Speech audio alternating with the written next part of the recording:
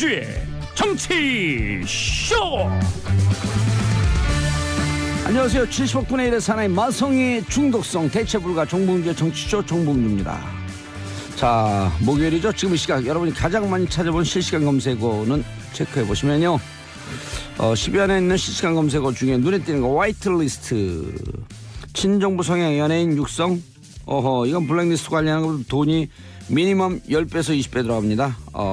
국고 손실에 제대로 된 탄착정 화이트리스트 위험해죠. 자, 김인식 카이 부사장. 자, 한국우주항공인가요? 요즘 방위산업 비리의 정점에 있는 카이 부사장의 자택에서 목을 매달아 숨진 채 발견됐습니다. 안타깝긴 하지만, 자, 불법과 부정, 공직자의 불법과 부정은 이런 정봉주의 정치쇼 일부 원포인트 뉴스 들어가겠습니다. 자, 뉴스 브리핑을 하는데, 원포인트 뉴스 하면 원일이 SBS 선임 기자가 너무 오랫동안 나와서 이게 원일이의 원포인트 뉴스인가 착각하시는 분들, 오늘 그 망상을 사정없이 깨겠습니다. 자, 한결의 허재현 기자 자리하셨습니다. 네, 안녕하세요. 예.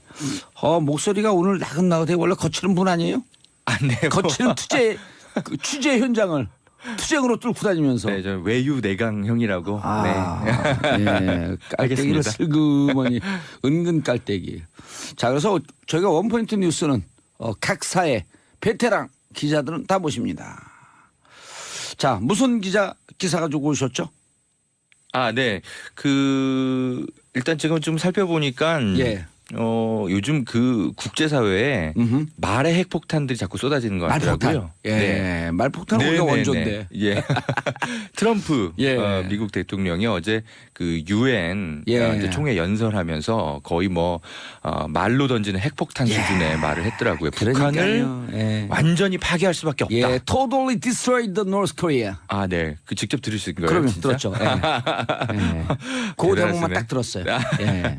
그래서 아무튼 뭐랄까 이전에 그러니까 뭔가 이렇게 좀 원래 트럼프 대통령이 좀 언론 인터뷰라든지 기자회견이나 이런 데서 사실 좀 과격한 발언을 했죠. 그런데 유엔 총회 자리에서 이런 발언을 한다는 것은 사실은 뭐랄까 상상해 보십시오. 유엔 총회에 가서 내가 첫 데뷔하는데 얼마나 밤을 새면서 원고를 준비하고 보좌관들이 원고를 또 수정해주고 뭐하고 했을 텐데 준비된. 예, 준비를 하긴 했겠죠, 거기도. 예. 설마. 그런데 하여튼 이런 식의 센 발언이 나와가지고 지금 국제사회가 지금 발칵 뒤집혔고 지금 당장 우리 한반도가 지금 운명이 지금 파괴되기 직전이니까 예. 지금 이런 뉴스가 지금 굉장히 크게 지금 되고 있더라고요. 예. 지금 그래서 이제 이제 트럼프 대통령이 어제 이제 한 얘기가 그러면서 이제 그 동맹국들의 안보를 위해서는 북한을 완전히 파괴할 수밖에 없고 김정은 정권을 고립시켜야 된다. 이런 얘기를 했는데 예. 모르겠습니다. 이게 지금 한반도의 운명이 사실 지금 미국 대통령의 한마디에 지금 걸려 있어서 이게 지금 우리가 지금 주권을 가진 국가가 맞나 이런 좀 여러 가지 그런 걱정도 좀 드는 그런 아침이네요. 그런데 미국 언론들이 즉각적으로 비판을 했죠. 네, 그렇죠. 지금 뭐랄까 지금 트럼프 대통령의 연설문이 이게 지금 연설문이 맞냐 이런 수준으로까지 지금 평가하는 것 같아요. 그러니까 이게 지금 워싱턴 포스트의 표현들이 이래요. 지금 정치인이라기보다는 깡패 두목 같았다. 와. 읍스. 그러니까 이게 지금 이게 네가 가라 하와이 이런 수준의 지금 연설문 아니었냐. 이게 지금 영국 가디언지는 더 심해요. 트럼프와 김정은이 핵미사일이 아닌 다른 장난감을 갖고 놀게 하는 게 최선인 것 같다.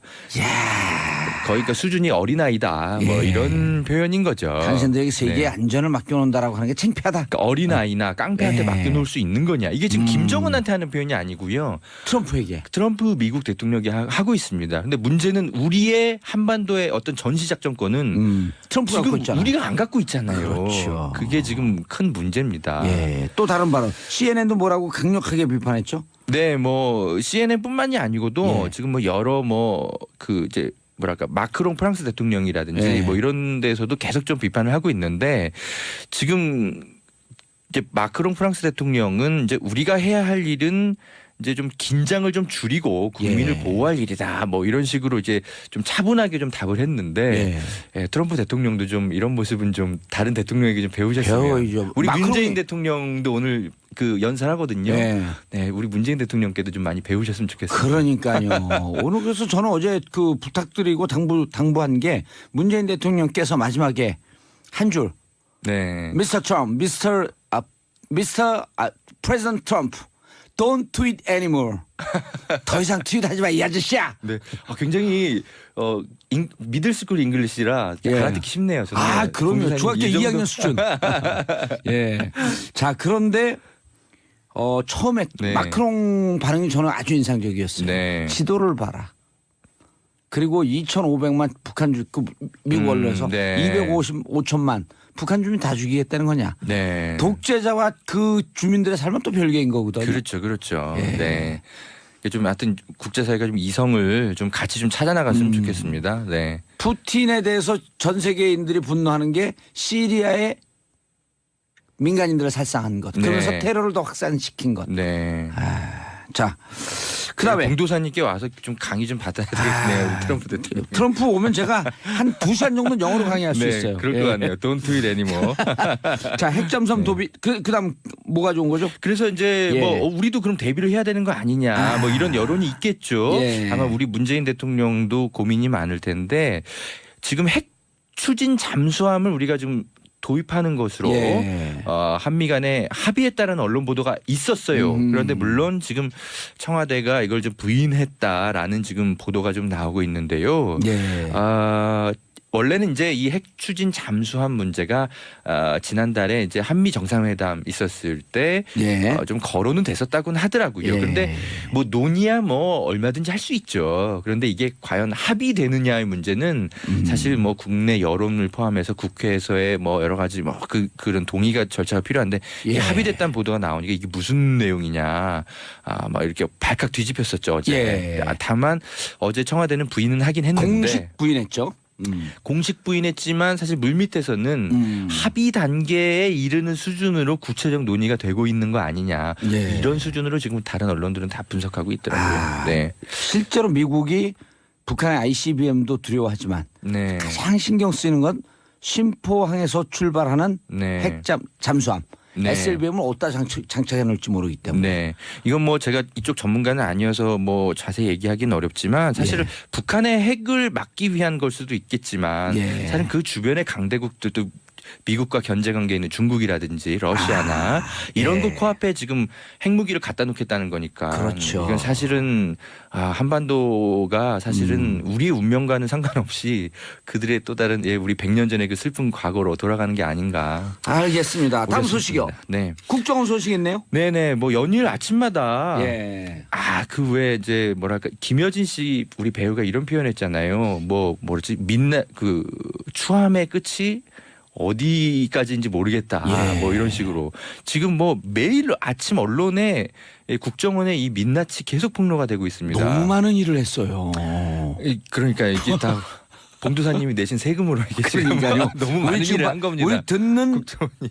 이 청취자들이 낸 세금으로. 그러니까 말이죠. 속상해요. 오늘 또 이제 그 속상한 뉴스 중에 하나가 뭐냐면 아침 라디오 시사 프로그램들을 이명박 정부 때 국정원 2009년도쯤에 아주 현미경 사찰을 했다는 그런 저기 한겨레 신문의 단독 보도가 예. 아주 큰 화제입니다. 한겨레 네. 집요해요. 한겨레 20일에서는 국정원이 네네. 국뽕 영화에 투자했다. 그렇죠. 라고 하는 거에서부터 야 MBC 장학 문건, 라디오 장학 네. 문건, 법조의 서영지 기자 8군의 활약을 보이면서 이리 뛰고 저리 뛰고. 네네. 아주 네. 서영지 기자 칭찬해 주셔서 감사합니다. 예, 상명대 출신의 네네. 영화과 출신의.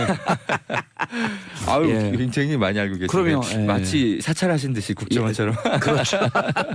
예. 자, 그래서 지금 이 라디오 프로그램 지금 저희가 어떻게 지금 되는 라디오 거예요? 저희가 지금 우리 라디오 프로그램에 나오고 있잖아요. 예. 그래서 좀 더 예민하게 좀 보이는데 문화방송 라디오 그 예전에 손석희의 시선집중 아주 인기 있었던 프로그램이잖아요. 예, 시청률 청취율 한 10%까지 올라갔다. 그렇죠. 그리고 우리 SBS 라디오도 국정원이 엄청 열심히 듣고 평가를 했다고 오. 지금 이제 다 밝혀졌는데 SBS 우리 전망대라는 라디오 오전에 예, 한순희 그죠. 씨가 진행했던. 그죠. 아. 네네 그런 프로들에 대해서 평가가 실제로 국정원의 평가가 이랬답니다. 중립 논조에 얽매여서 예. 정부의 지원 보도를 외면한다.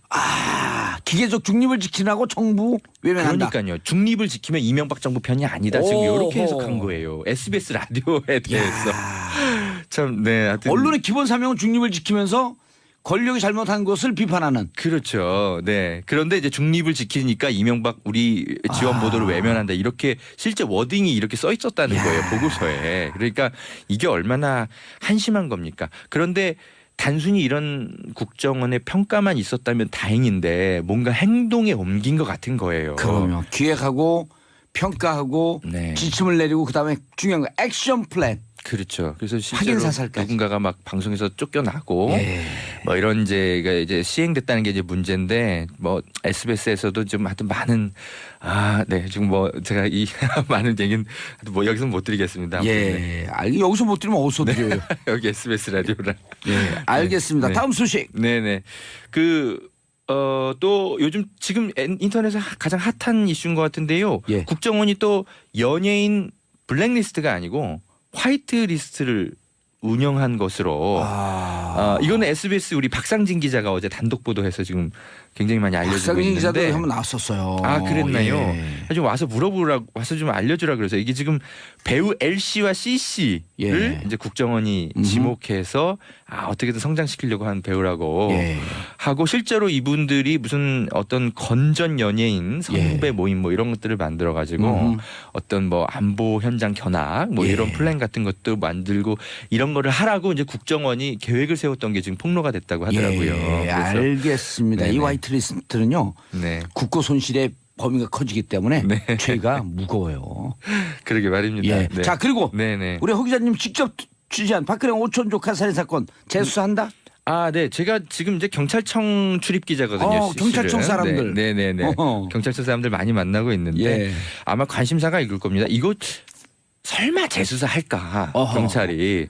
이게 박근혜 오촌 그 박용철 씨가 뭐 타살 이제 그러니까 친척끼리 그냥 채무 관계 때문에 싸우다 죽었다. 예. 뭐 이런 걸로 그냥 성급하게 결론을 내린 건데 그렇죠. 경찰이 만약에 이걸 재수사를 한다면 우리가 그때 수사 잘못했네요. 그러니까 재수사 다시 할게요. 사실 자기 치부를 건드리는 거라서. 그런데요. 예, 이게 재수사를 예. 빌리 브란트, 메르켈, 네. 홀로코스트 했던 그 자기 히틀러 나치 정권을 사과하잖아요. 네, 잘못한 건 네. 사과하고 그러고 새로운 네. 역사를 써내려가야죠. 네. 그리고 그때 잘못했던 사람들을 처벌 여부는 나중에 얘기하더라도 이 역사적 진실은 밝혀야 되는 거 아니에요?